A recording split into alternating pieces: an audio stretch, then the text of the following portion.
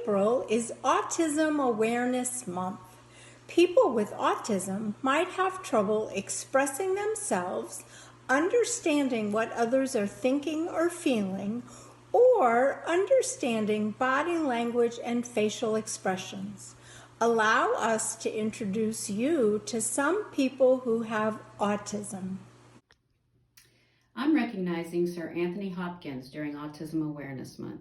In spite of being on the spectrum, he's won an Academy Award and many other major entertainment awards as well. He was knighted by Queen Elizabeth in 1993 for his services to the arts. So this is Derek Paravicini. He is a musical prodigy. He was blinded after birth, and he can play any song on the piano that he hears one time. This is Amanda Baggs. She taught me that looks can be deceiving. She's nonverbal and has many of the characteristics of autism we would consider severe, but she used a voice output device in order to describe her experiences as a person with autism. She has many videos on YouTube, so go check her out. She's brilliant.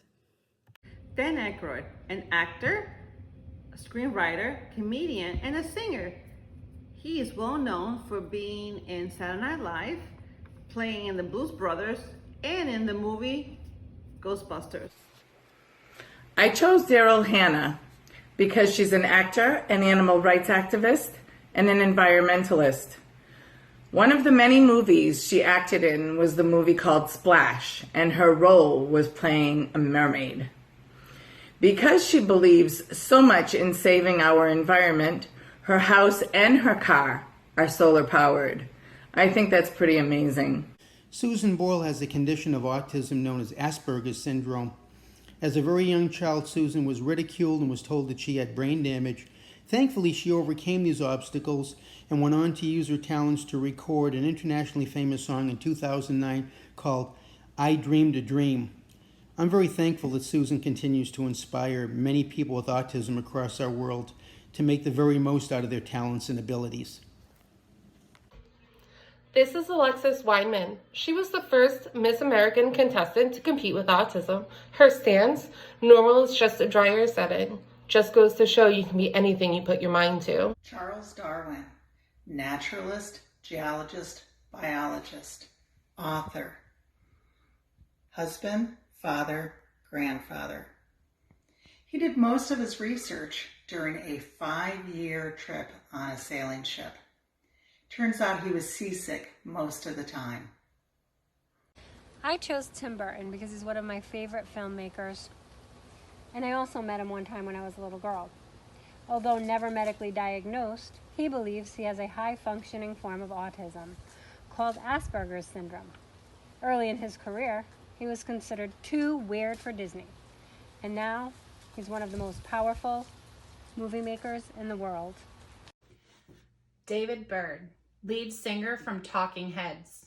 He was also a songwriter. He declared himself different, not defective.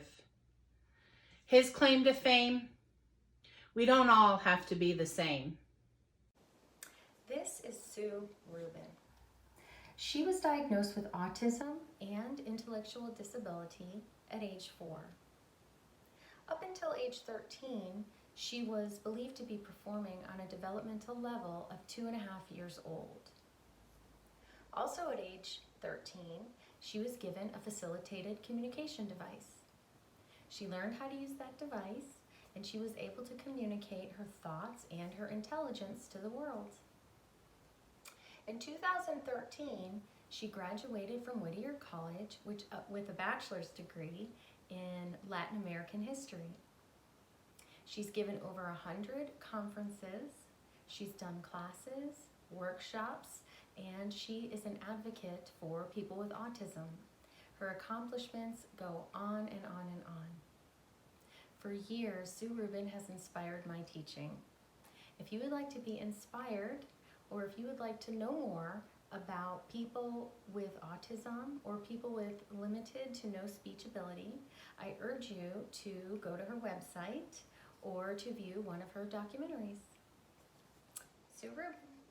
The ESE team at Laurel Nokomis School would like to wish you a very happy conclusion to Autism Awareness Month.